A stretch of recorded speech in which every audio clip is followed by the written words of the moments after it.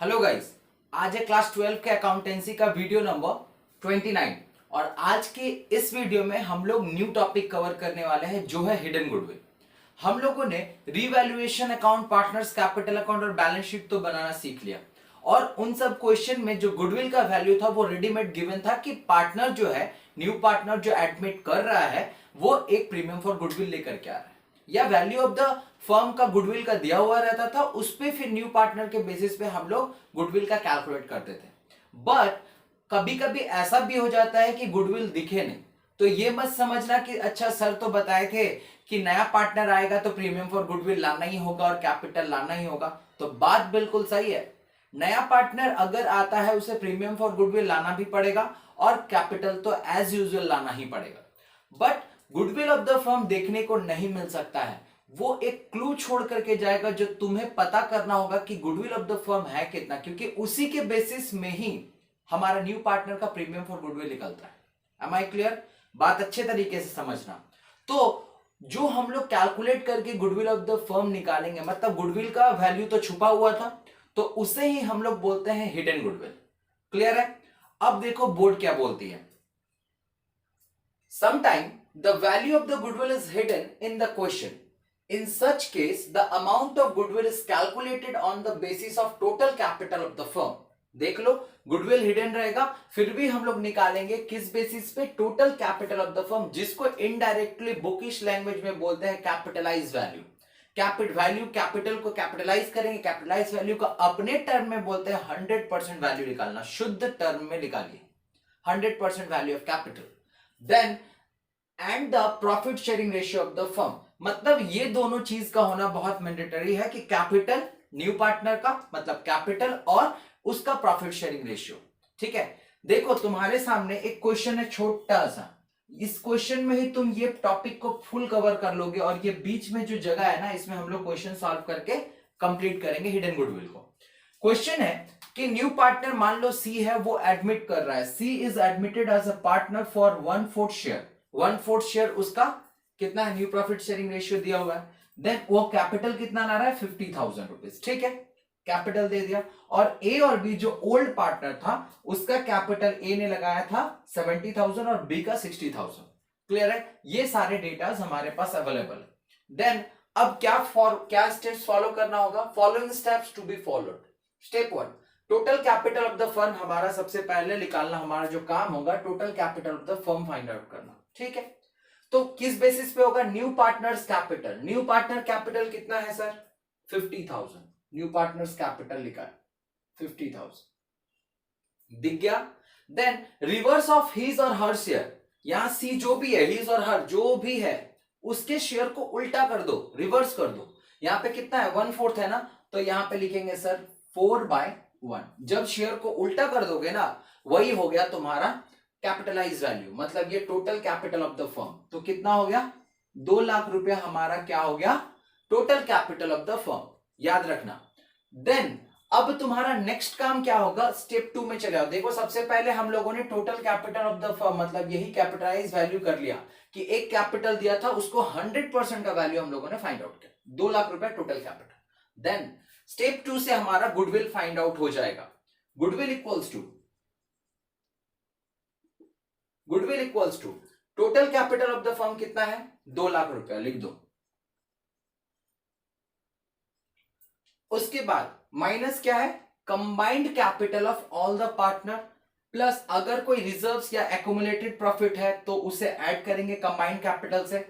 अगर कोई लॉस है या फिक्टिशियस एसेट है तो उसे इसी से ही लेस करेंगे, इससे नहीं, इससे लेस करेंगे। और कोई नॉन ट्रेड इन्वेस्टमेंट हुआ तो उसे हम लोग लेस करेंगे। ये आगे चल करके हम लोग एडवांस लेवल के क्वेश्चन में देखेंगे। तो हमारे पास क्या गिवन है sir? Combined capital of all the partner given है, बिल्कुल। ये देखो, ये 2 कंबाइंड कैपिटल और प्लस इसका तीनों का लेंगे, क्योंकि ऑल पार्टनर बोला है, सारे पार्टनर का, तो हमारे पास 3 पार्टनर है तो तीनों पार्टनर का कैपिटल को हम लोग एड ऑन करेंगे। तो एड ऑन करेंगे तो कितना होगा? ए का कैपिटल कितना है सर? 70,000। बी का कैपिटल कितना है? 60,000। और सी का कैपिटल कितना है? 50,000। तो कितना होगा?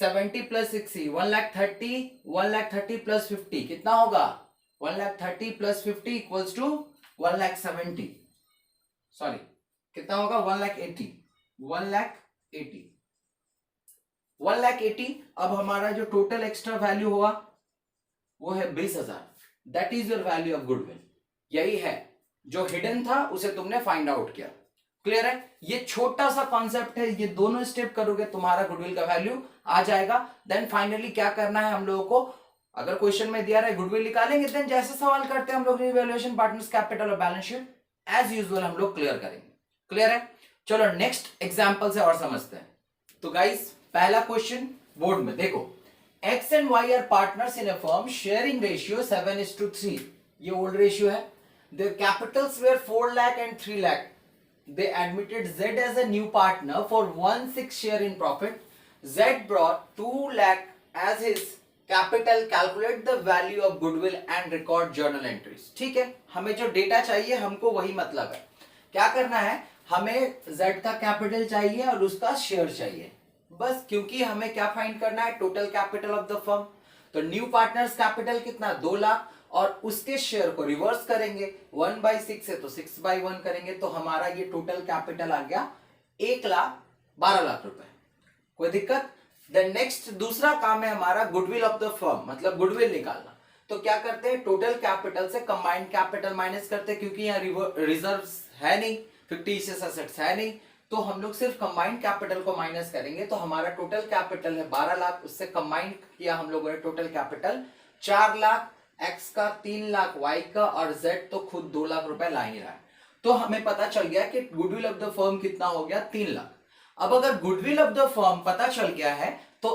इसमें जेड को कितना लाना पड़ेगा क्योंकि आप पार्टनर एडमिट कर रहा है बार बार बताया गया अगर एडमिशन होगा तो कैपिटल भी लाना होगा और प्रीमियम फॉर गुडविल लाना ही पड़ेगा क्लियर है तो देखो यहां पे फिर क्या हुआ जेड शेयर ऑफ गुडविल हमने पता किया कि अच्छा भाई जेड कितना लाएगा तो 3 लाख रुपए में 1/6 को शेयर वो लेने के लिए आ रहा है तो 1/6 से लेके आएगा 50,000 रुपए उसका वैल्यू होगा क्लियर है अब क्वेश्चन में सिर्फ ये दिमाग लगाना क्या वो बोला है कि ले करके आ ही रहा है नहीं कहीं पे भी बोला नहीं गया है कि वो ब्रॉड कर रहा है सिर्फ बोला गया है कि वो कैपिटल ला रहा है प्रीमियम फॉर गुडविल अभी नहीं ला रहा बट छोड़ेंगे नहीं लाना होगा अगर वो नहीं लाएगा तो उसके कैपिटल अकाउंट को हम लोग ये करेंगे डेबिट करेंगे बट करेंगे जरूर क्योंकि भाई दोनों पार्टनर सेक्रीफाइस कर रहे ओल्ड पार्टनर वो तो अपना हिस्सा लेंगे ना जितना सेक्रीफाइस करेंगे बस ये कॉन्सेप्ट के साथ ये क्लियर करना ठीक है तो हमें पता चल गया